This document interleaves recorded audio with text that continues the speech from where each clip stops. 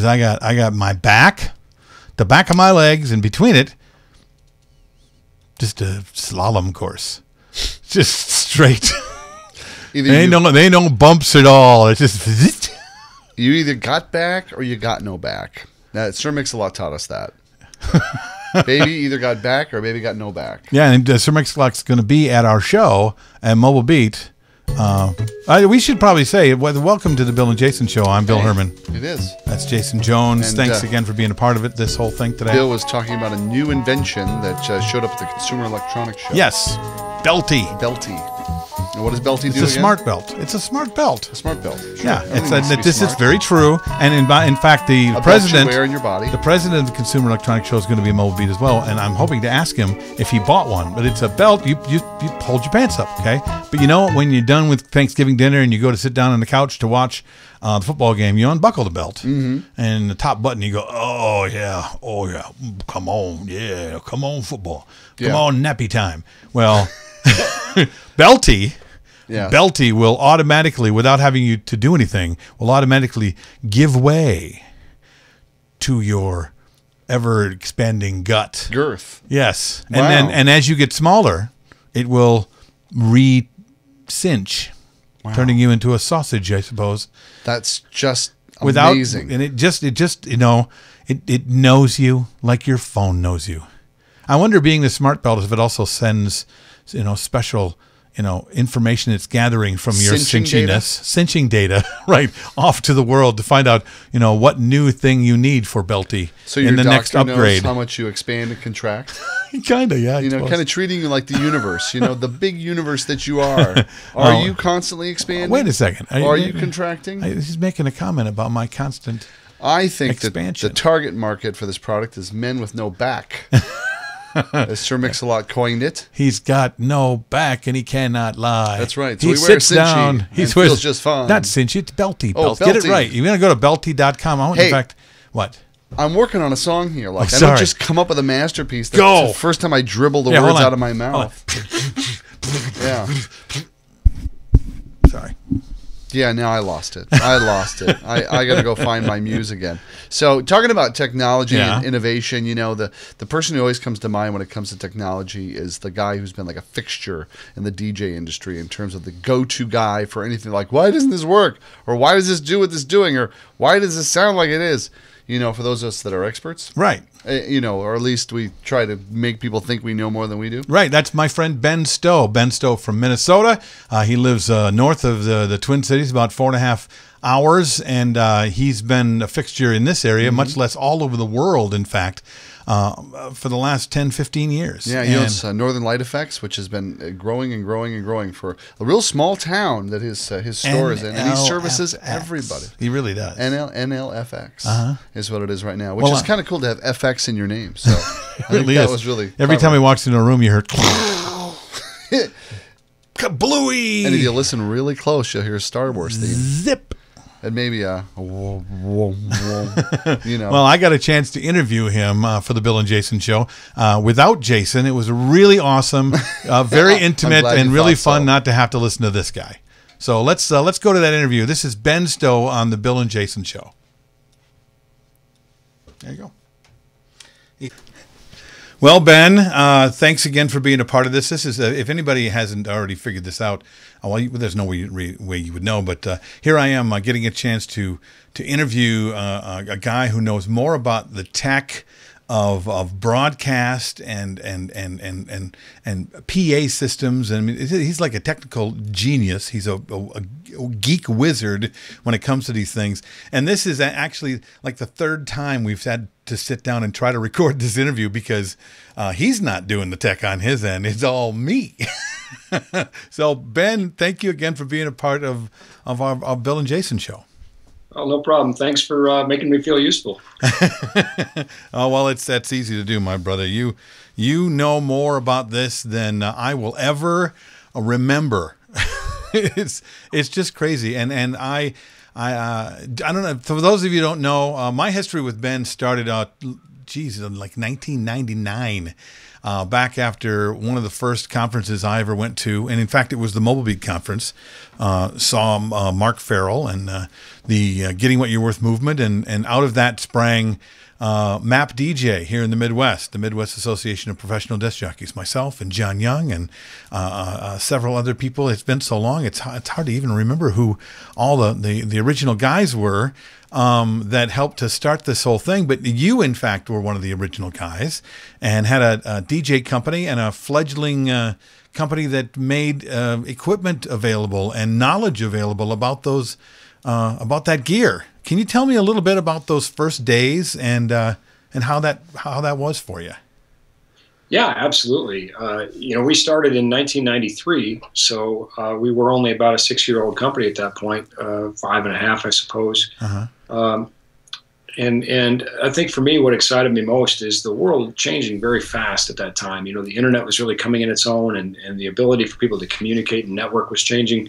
But certainly anytime you put a lot of like-minded people together in a room and you can fellowship and network that way, that's good stuff. And I've always been passionate about I guess teaching and helping with the technical side. We all have our gifts. You're obviously very talented in some of the things that you do with improv and acting and comedy, whether it's intentional or not.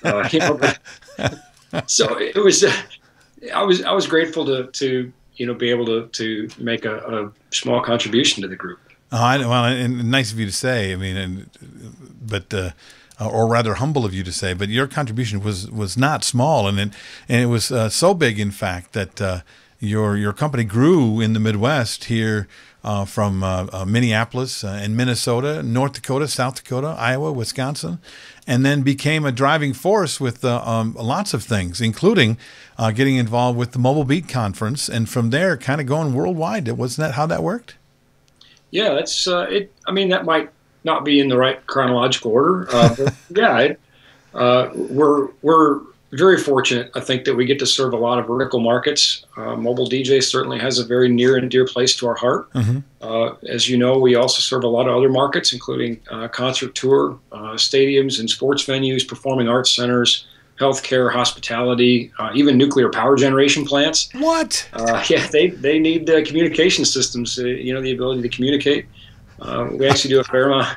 We do a fair amount of work for the Department of Defense, so it's nice that we have this great variety. But certainly DJs have a very special place in our heart, and we're excited that we're able to continue serving them. And we really appreciate it as well. In fact, now, do you get when people find out all the extra things you do, especially DJs, and it's mostly the people that listen to our little show is DJs, when they hear you're also doing huge sports events and concert venues and things like that, I'm sure they're asking like, well, so what kind of stuff have you done? I mean, who's the biggest star you ever did sound for? Have you heard that question? And if you haven't, I'm asking it. All right. Well, I'm not going to answer the second question. Why? I don't kiss and tell. But we do get that question from time to time, and I'm excited because I share the excitement of the people asking the question. I get where it's coming from, and I think that's neat. Very much the DJs are a part of our company's character and history and success.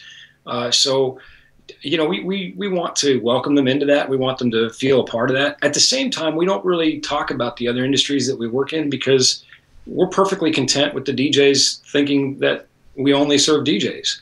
And we're perfectly content with those other industries thinking we only serve them. We want every one of those industries to feel well addressed and well serviced, and not a me too. That you do these great big wonderful things, and you also take care of us DJs. That's not the way we think about it at all. And I think our track record of serving the industry supports that. Absolutely. That's why you're so well liked. That's why people come to you for advice. It's been one of those great relationships you've had with people in our industry that we're really happy that it's continuing. So now you're planning on coming out to Mobile Beat Las Vegas this year, and you've been doing that for quite a few years, haven't you? Yeah. I honestly don't remember how many years, but it's everyone is special, and we're excited about this year. And you're speaking this year. I believe it's the first day, isn't it? I have to check. Yeah, I'm pretty sure you're the first day, man. I probably need to make sure I know where to be and when. Yeah, I'll send you a schedule. I never get tired of hearing myself talk, though. So, whenever it is, I'll be glad to do it. And I have some plans for you in my presentation. I'll unveil them later. It won't hurt me as much as it hurts you. Well, that's not the best idea. I mean, you know that of the people that I'm probably the least knowledgeable DJ that probably spends any amount of dollars with you at all. And usually when I do spend dollars, it's because somebody who knows more than me says, "Oh yeah, you need to get that. And if you're going to do it, you got to do it with Ben." Well, that makes you perfect for this this presentation. Really, I mean, the point of a presentation is to convey knowledge to the viewer, to the attendee. It's not a, hey, look how smart Ben is. Isn't that fantastic? He has this knowledge, and I don't understand all the Chinese he just spoke. Mandarin, I think. I don't. Anyway, some people say it's all Greek to me. I say it's all geek. It's all geek. Yeah. Well, now you started to speak. What is it, like 5, 6, 7 years ago, right? You started to do some speaking. What made you decide to do that? And was that something you went, I own a company now. I think I want to go I want to be a speaker. You've kind of turned into a very not only knowledgeable speaker. Well, you've always been knowledgeable, but a sought after speaker in a lot of venues. Would you believe it's probably been closer to 15 years? Oh my gosh! No, I can't believe that. I know. Pull my face back a little bit. Does that make me look a little younger? My oldest daughter goes to college next year. Oh, no. Yeah. I mean, congratulations. I think, really, I actually, I believe it was sort of, I was kind of asked to do it. People would ask me a question that I would have an answer to, and became apparent maybe more than one person had this question. Yeah. And organizations would say, well, would you be willing to present to our group or train our group? And for me, it also was a great way to address a lot of people at once, because there are a lot of shared questions. And it just really kind of picked up speed. I'm honored to hear that you think I'm sought after. That's a good feeling. But I have had the privilege of speaking in several countries, and have a DVD that's 2 DVDs that are sort of widely distributed. Mm-hmm. It's cool. Again, I just want to help. I mean, maybe that sounds cliche, but it's true. I think the sincere commitment to integrity is there and drives that force. But it's a little weird. We just had the NAMM show, and people would say, "Can I take a picture with you?" And by the way, if one of your viewers is watching and and was one of those people and says, "Oh, well, he was weirded out by it." No, that's not what I mean. Don't take me wrong. It's just weird to me that, because I don't think it's picture worthy, but I'm glad they did. So what was the most exciting thing you saw at NAMM, or were you so much on the inside before you got there you weren't surprised by anything? No, I wouldn't say that I wasn't surprised by anything. For me, NAMM is a different experience than it is for other people. Yeah. We start scheduling meetings as early as September and October. And so literally it's 5 days of nonstop meetings. And a sharp viewer might say, wait, NAMM's only 4 days long. Right. So I'm in meetings before the thing even gets started. Yeah. But there were some cool new things that I saw this year, and you can check out some of the things that I felt were tweet-worthy on my Twitter. And for those who are following me on Facebook, I've got some photos I put up. Where can they find you on Twitter? Twitter.com/NLFXBen. Oh, perfect. So now, once again, a lot of DJs listen to this show and watch this show, at least, more than 20. And of the DJs who come to you with questions, what do you think are the two... what's the most the question you get the most? Let me start with that one. What question you get the most from the DJ world? Boy, you know what? I don't have the data for that. Take a shot at it. What should I buy? And I usually say, well, what do you want to do?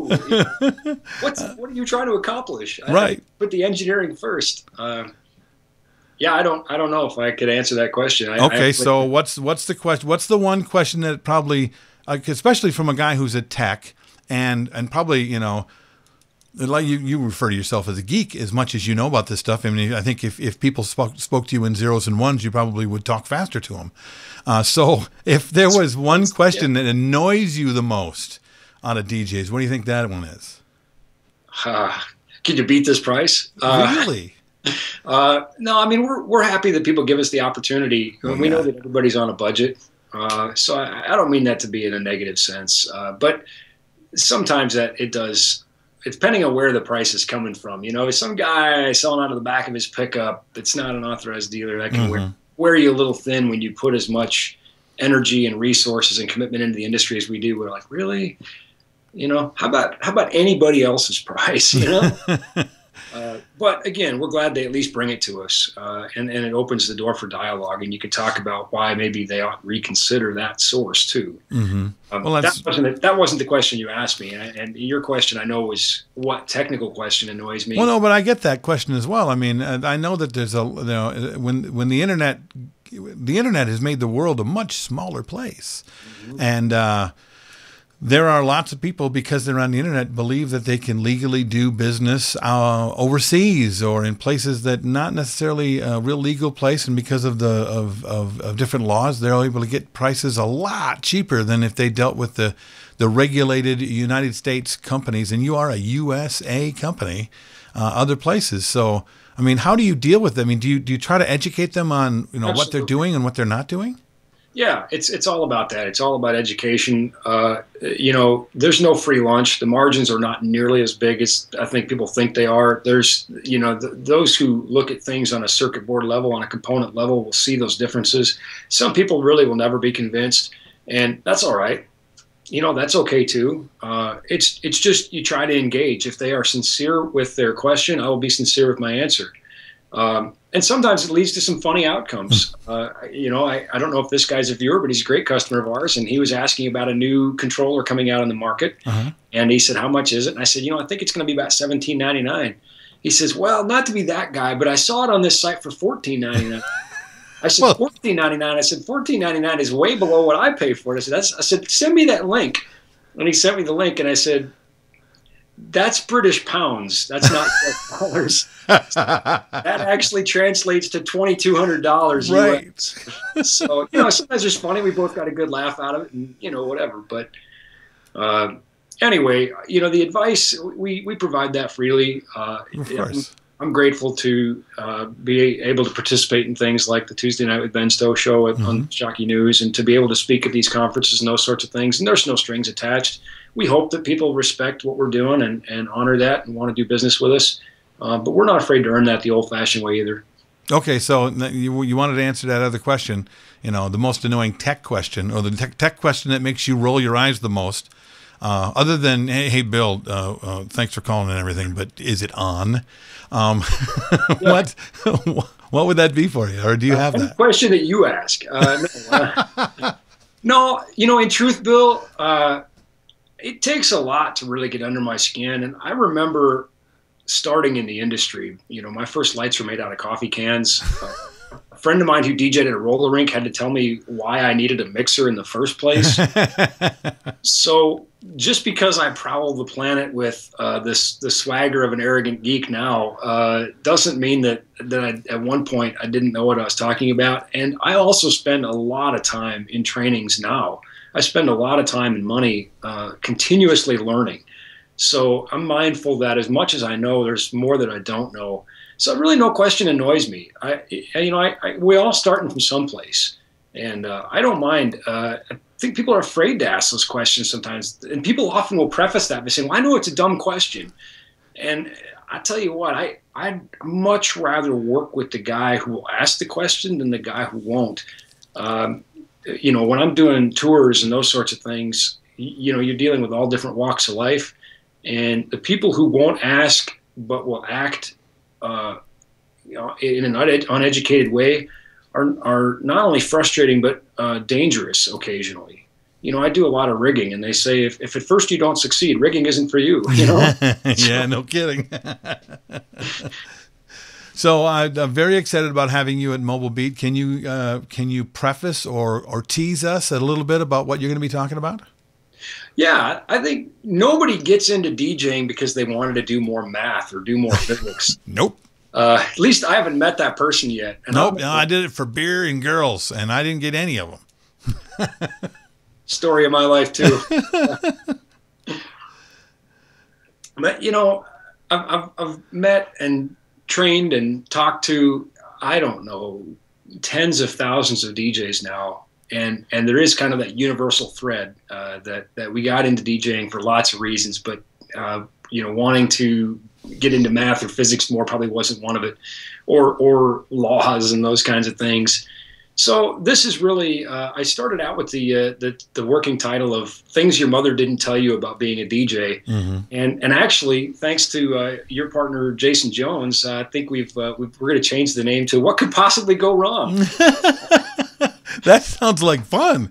But whatever you call it, well, we'll see if you think so. When I've got plans for you. So plans for me now. What did?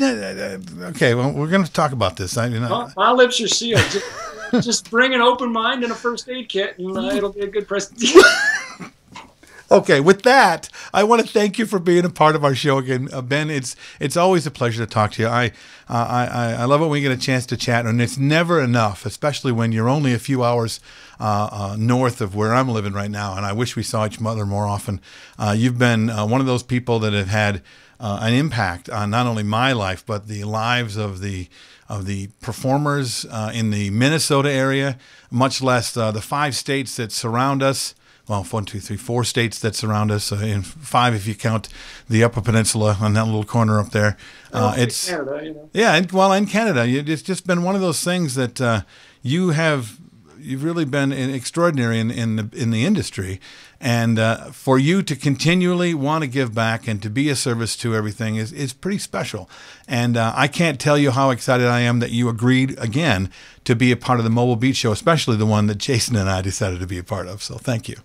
Well, it's a pleasure, and I mean, your words are very kind, and they mean a lot. It's nice to know that it's well received, and I think it's a real humbling experience to know that what you've done is useful.